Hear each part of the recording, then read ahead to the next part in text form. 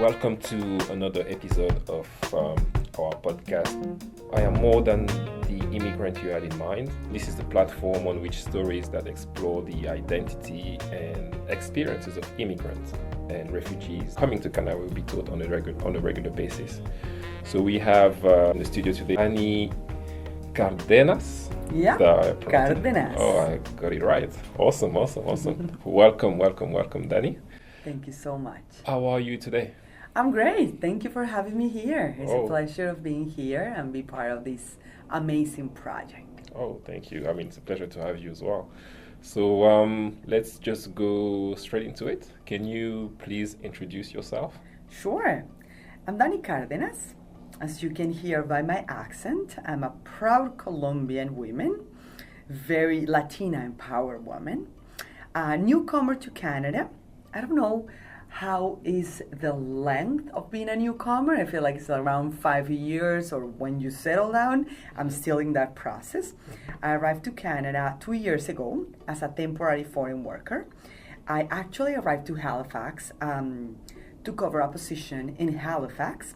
And because of love and because of life changes, I moved in December 2023 to Victoria, where's the city I live now. I'm a woman with many roles in my life.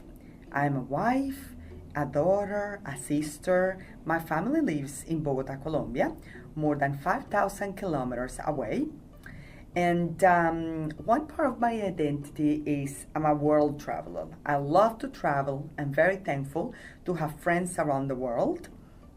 And in this journey and learning about life, I am a community advocate. I am found the purpose of my life, that is empowering and developing people in communities, in the neighborhood, in organizations, or in a multinational company as I work today. On a professional level, I'm an entrepreneur. I also do Colombian handmade jewelry. Please follow me on Instagram. And I'm a HR programs director for CLC, that is Canada, Caribbean, and Latin America. I have been doing HR work for more than a decade, and being in human resources have helped me to find my purpose. I love to develop others and help them to achieve their best potential at work.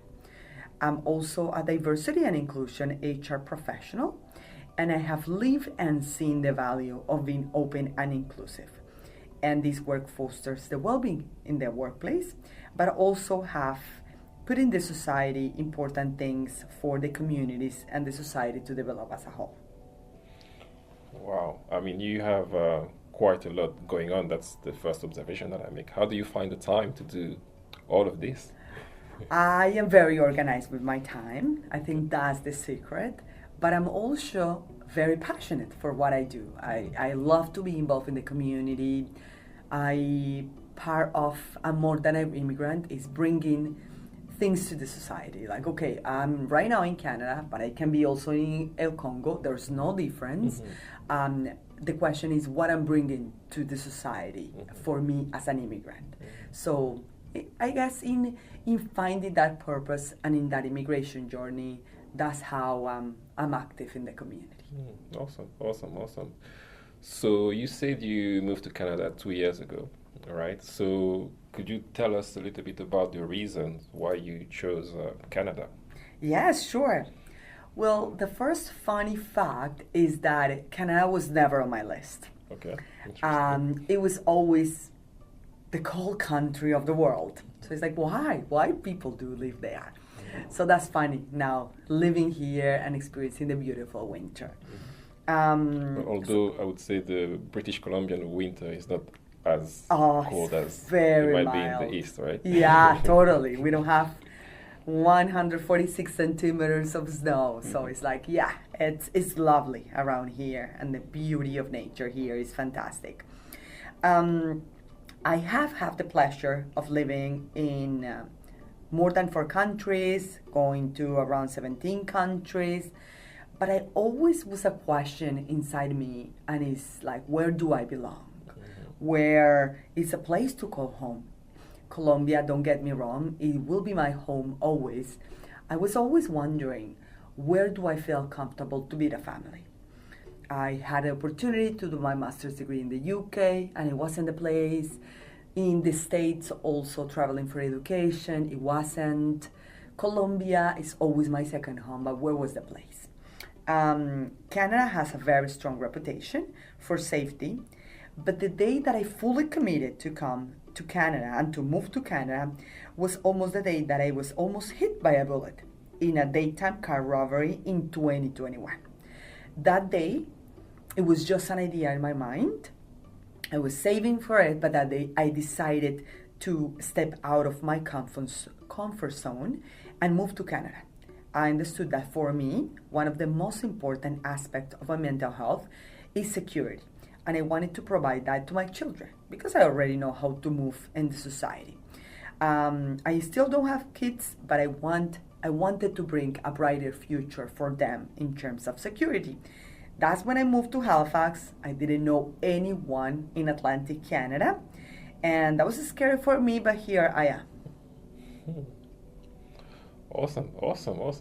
So I hear you say that security, am I right to say that security was one of the biggest reasons why you chose Canada? I mean, security, and also, as you say, securing a future for your future children and for your family that you were hoping to build one day, right? Yeah, that's right. Security is a big reason, but it also relates with my traveler soul. I don't think I'm a person who wants to be in a country forever. I could call myself a citizen of the world, and being able to learn from different cultures, see how the world is in another places, is very enriching for me. Oh, that's very interesting. And so prior to this interview, when we kind of started to exchange and ideas, and you mentioned and we talked about your coming into Canada and the first moment that you spent into Canada, and we talked about challenges, right? And you talked to us about something that you call the duality between the immigration processes and the particularity of that, and at the same time building a long time project as being your first most significant challenge. So can you please talk to us a little bit more about what you shared with us as far as your first time in Canada? Of course. What I have experienced lately, I don't know if it's Canada or it's also the life process that I've been and the stage of my life, and in my 34, almost 35s, is the question of like, where do I belong? What belongs means to me, what part is immigration journey, what other part is my identity, and what is the woman that I want to become to be. Belonging, like what are my circle, my communities, what is the land. I feel that, I kind of want to work with the land. So all of these questions kind of like raised very significantly in Canada.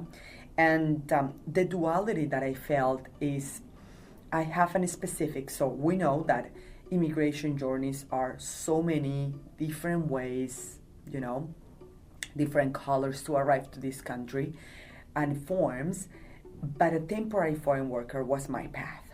So I've been working for a multinational company for around 6 years. I was working in Colombia, working very close to the States to cover the demands of some specific human resources capabilities for Colombia and Latin America. And one day there was this vacancy in Halifax as a human resources director that couldn't be closed. Like nobody wanted to accept the role. It was open for more than a year. So my friend called me and said, like, I think you have the skills to do this. So I came, as I said, as a temporary foreign worker. And as a skilled temporary worker, you don't receive any help from the government. It's like, hey, welcome to Canada. This is your day one. Show us your SIM number and do your best at your work. You came here to work for a certain time. My period was, I believe, 3 years long. And you only can work in certain company in a certain location in a certain job. Okay. That's it. If you want to change the terms, you have to go through a whole process to change your status. Right. So it's like I always have the pleasure in my life and honestly the blessing in my life to be able to have flexibility. And that put me in a situation where I didn't have the flexibility to choose something different, to change my city. So that structure programs that honestly are to brain drain high professionals from another country, skilled immigrants that speak another language different than their own. It was a challenge for me. It was a challenge because I felt limited. I felt that I was in a box, a little cage even, that I wasn't able to move, and a very transactional relation with Canada. I came here because you need the labor. When you don't need the labor, you change the law, I'm out of here. So what's the purpose of building a life here? Yeah. And you also shared with us that this has actually got you to struggle with a little bit of mental health, actually, right? Yeah. And so how are you doing today, after 2 years, as far as your mental health on a scale of, let's say, 1 to 10? How would you say you're doing today? I'm doing so good. It's something, mental health is just the foundation of our life, something that I wasn't very aware or touched by that reality. Now I am. My immigration journey was a little bit different because I started in Halifax and then I kind of like have to close that community and that chapter of my immigration journey. I moved to the farthest point in Canada, that was Victoria, and restart again. Okay. So I wasn't aware of the cultural differences even that we have in the provinces within Canada. And that was part of that not belonging to anywhere, like in any part of Canada, in anything. So yes, I struggle with mental health, but this process I have learned a lot and grown a lot, just as a human. Have teach me how to seek for help and have to have a process of internal transformation. And is moving from someone in the society that provides help to others to be able to be vulnerable, ask for help, surrounded by a new circle of people who can support me, and really kind of like empower myself with the destiny that I wanted to build. Okay, that's very powerful. And so, can you talk to us about this process? How can you give us a little bit of more information about this process? How did it go? I mean, how did you? What exactly did you do to get that transformation? Yes, of course, happy to share. So I will say it was a year ago, or a little bit less than a year ago, to be exact, 7 months when I moved to Victoria. I was very happy at Halifax. I didn't have any reason to leave Halifax. Short story, I left Halifax and came to Victoria because of love, because of my partner's job was here. So the first step was looking for help. And how I did it? Well, with the shortage of professionals that we have here in Canada, I went and looked for a counselor in Colombia, for a psychologist, but I couldn't feel heard, even though in my own land, in my own language, because I think my need was something different. I found here in Victoria, and thanks to ICA, a group of people outside of this organization that are counselors on immigration process. So they understand more than us of this immigration journey as a professional. So what I learned in this process is pause, create healthy boundaries for myself, relearn, and pace. And especially for me, since I've been part of a very matriarchal family where my mother is a single mother and show me that everything is possible if you do and you work. So being able to find the balance between that two realities, stop and learn and relearn in terms of mental health was good for me. I have to say here in Victoria, the land, the nature that we have close really allow me to empower myself in this process, my Colombian part that is very resilient, and being able to, again, advocate for me, contribute to the community, showing the value of the community that I am, of how I'm more than an immigrant, and I can bring different things to the society for them and for myself. No, that's wonderful.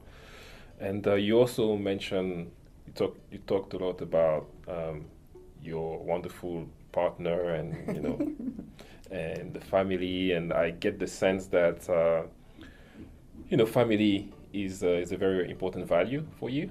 And in fact, when we were exchanging again, you mentioned that family was creating a family here was one of your biggest achievements. So could you please, first of all, talk to us about the importance of the value of family for you and for Colombians in general, right? And in fact, feel free to take us on a trip to Colombia just for a few minutes.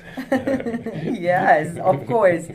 I will leave Colombia at the end because I'm very passionate talking about Colombia. But I will say that just in the roots of my life or my family history, it was always very family oriented. We did what we did, we took the decisions that we took.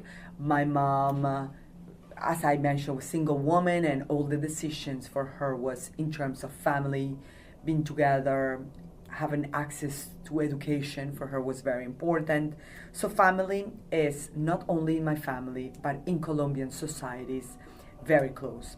I also think it has a relation with land.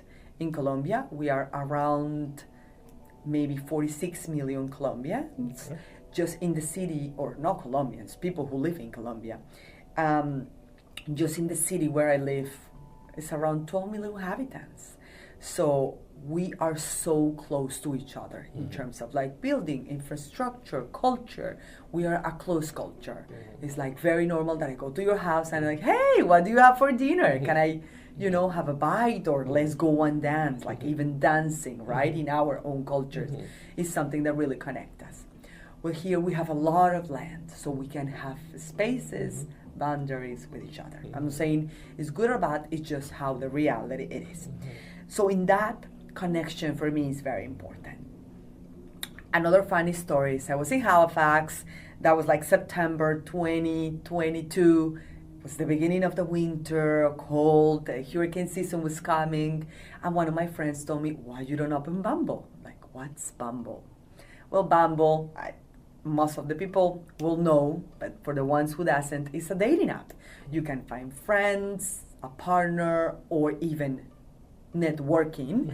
And I'm like, okay, why not? I can find someone to go for an ice cream. I wasn't looking for a relationship or for a boyfriend or doing a family. Like, no way. I came to Canada for work. That's it. So that was my whole purpose. Okay. But in November, where things were getting like colder, I finally accepted a date with this guy, today my husband. Okay. Wow. The most lovely, human, caring soul that I have met in my life. Is the love of my life. Wow. The best human, the person that makes me laugh the most in the rain, in the jungle, in camping, intelligent, very emotional, intelligent as well, loves nature, and values me for what I am, instead of like if I'm an immigrant or not, or I look in a certain way or certain skin color. No, it's just value myself. So that's a little bit of how family, meeting someone and deciding that that's someone, like, okay, we want to build a project, a family. We got married some months ago. So it's that process of healing as well through the way of love. That's so good. And can you just continue in the story, because here also it's a platform for storytelling and we love stories here. And if you have any more stories to share about that family, and what would be a typical story in Colombia, like family, family gathering. Can you just go maybe a little bit backward into your childhood and give us some kind of like childhood memories of family time, just to give us a sense of Yes, I remember. So my grandfather that I never met because he passed away when my mom was finishing high school. His name was Pedro. That is like Peter in English. And in a very Catholic family, the St. Peter Day, we used to do every year a big celebration. In a region that is called Tolima. It's kind of like a province in Colombia, where it's like coffee there, beautiful line, amazing weather, mountains everywhere, flowers, tons of it.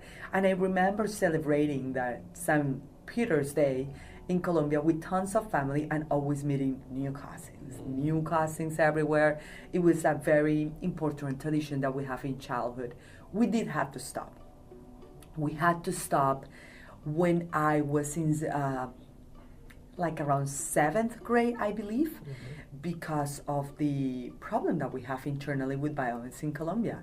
So the terrorist group said to our family, you have two options. The first one is to pay us, so we allow you to have the meeting.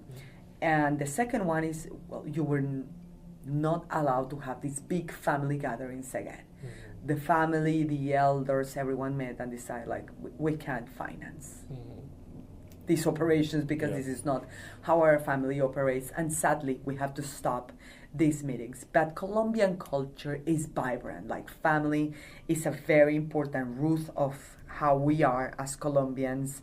Because Colombian culture is, I would call it, is a vibrant fusion of so many things.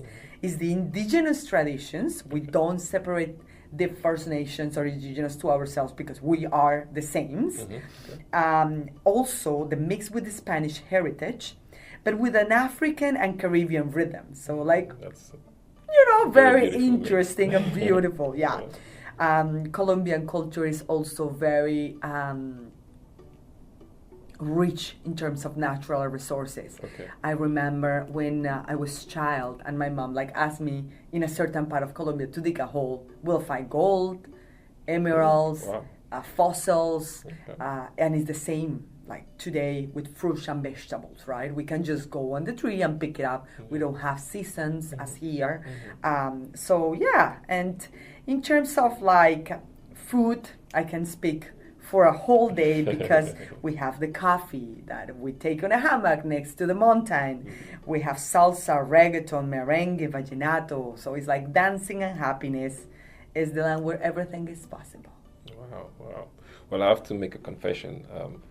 I actually went on a trip to Colombia a few years ago. I went to Cartagena with my wife and my kids, and I have to say, this is one of the place. Because I call a lot of places home, but this is one of the rare place where I really felt at home. Like, I don't know, there was something about this place, and I fell in love with that place actually. So I can totally, as you get immersed into the Colombian culture, I can go back to that moment, and I can definitely, just for the little time that I spent there, I can definitely attest of the beauty of Colombian culture, right? So. And that's beautiful that you mentioned. Thank you for bringing that into the conversation, because this is an invitation, right? For everyone who is listening to this podcast. If you have the opportunity, just go. Because the land where everything is possible is more than what is shown on Netflix, right? The narco-trafficking, it was a reality on the 80s and 90s, but now you will find different things, a different reality that else, and connection to the land. So if sometimes you're thinking about traveling and doing something different, it's a place that I will highly recommend you to go. As everything, you need to do a little bit of research where you want to go in order to be safe and enjoy. But my husband said the same, that he's been there now to Colombia. It's like, wow, we want to buy property here and live here one day. Well, I definitely second that. So now that we are home, we talk about Colombia, which is your home. Can you tell us what does home mean for you when you think about home? What are the first thoughts that come into your mind? Yeah, home. The first thought is home can be everywhere. Where is your love? Where is your passion? Where you can build community, that can be your home. So not even for us as immigrants or for even Canadians, we can have so many homes. Home is a concept that for the ones that have family and value the family or value that person that is next to you every day. You know, you can go to camping in Alaska in a very good conditions and make yourself at home. So I like that concept about home. And also is a land where you can build community, family, and bonding with the society. Okay. So, and you also talk to us about that sense of belonging that you've been looking for most of your life, right? And so kind of like connected to that notion of home, what would you say about belonging? What does it mean to you to feel like you belong somewhere? Mm-hmm. Is what I have mentioned, is being able to contribute to the community, create and change. Like now, I don't want to be HR in this conversation, but if we go back to the literature and talk about behavioral challenge and the different things that we can do and bringing changes to the communities, at the end I feel that belonging to a community is being able to give and receive, is being able to create a new reality. What I have enjoyed the most about my experiences here in Canada is that I'm being able to show another point of view, another aspect. And as a woman newcomer with very strong accent and being millennial, that's very difficult, believe me. But I have had the pleasure of showing to so many Canadians that's most of the people that I work with at work. How can I contribute to the processes, to the country, to the society, to the office? I'm bringing a little bit of the spicy flavors that we have in Latin America to the processes, to changing things. And that's belonging for me. It's being able to take from the society, learn, relearn, and give back and build a new reality where it's different. And that at the end is inclusion and diversity, right? It's not only in terms of gender, religion, color. It's about practices every day. I love it. I love the action of giving and taking and giving and taking, that kind of like process. I love it. So sort of moving to the end of our conversation, can you think about some words of wisdom?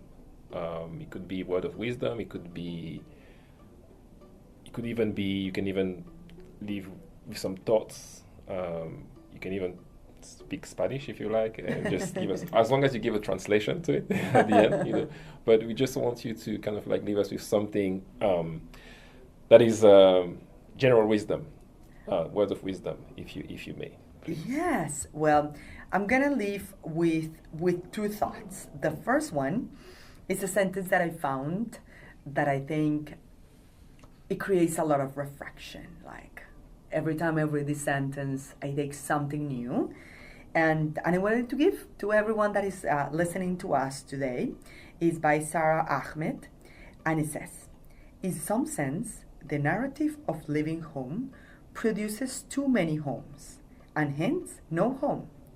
Too many places in which memories attract themselves to carving out of inhabitable space, and hence no place in which memory can allow the past to reach the present, in which I could declare itself as having come home.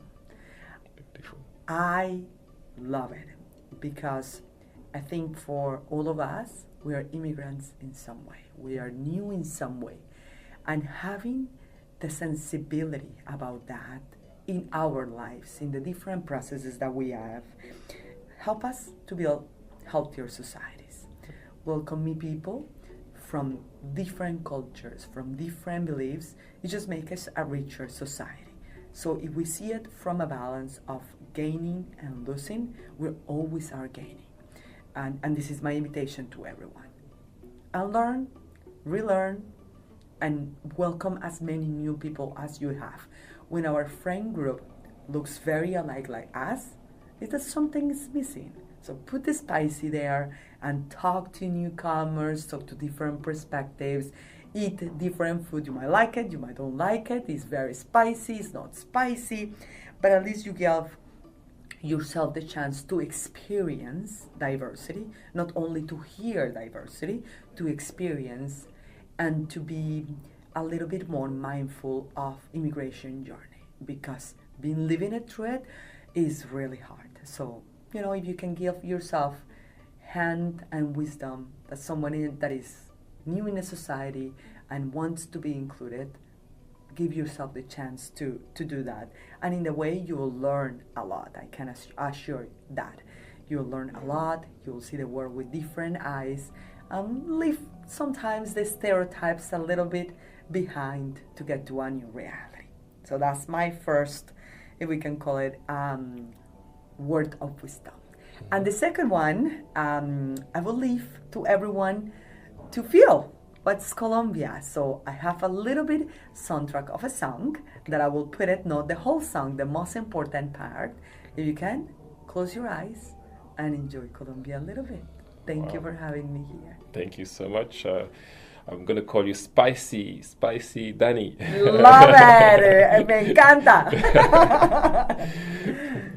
Thank you so much. It's been an honor and a pleasure to have you on the podcast today. And yes, let's listen to your song. Let's go.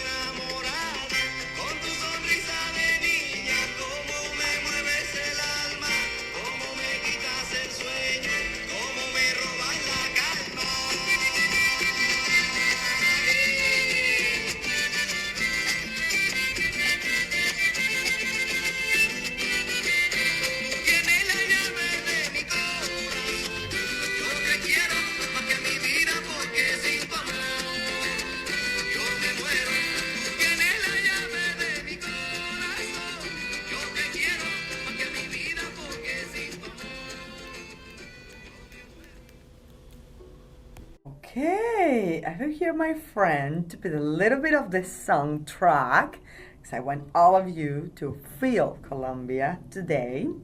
But I want to share in Spanish and English what is this song, what is the relation with the land. So it's an artist that I'm like fan. Yeah, his name is Carlos Vives. He's a Colombian, and he's like if you can go to YouTube, Spotify, Google it, Carlos Vives. He's so good. And he's singing to the land of Colombia, but on the metaphor as a woman.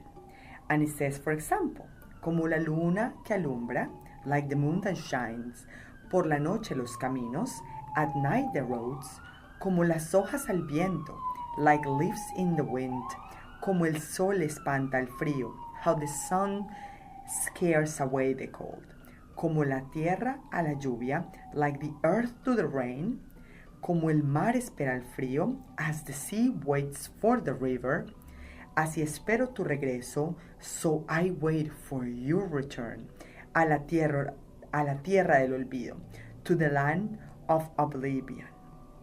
So it's a beautiful song that says, you have the key of my heart, I love you more than my life, because without your love, I die.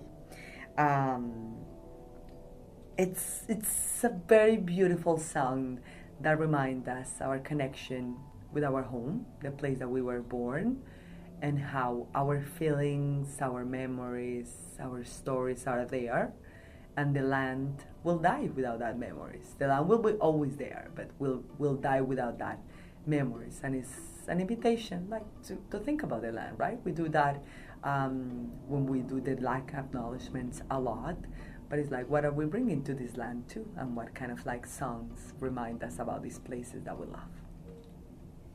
Beautiful. Thank you, Spicy Dani. Thank you. Con mucho gusto. Ciao. Oh, wow. What an electric moment with our guest today, Daniela, aka Spicy Dani. I truly hope that, like me, you received the warmth, the colorfulness, the spiciness that she brought to us today from her Colombian heritage, and that you enjoyed, as I did, the ride with our wonderful guest today.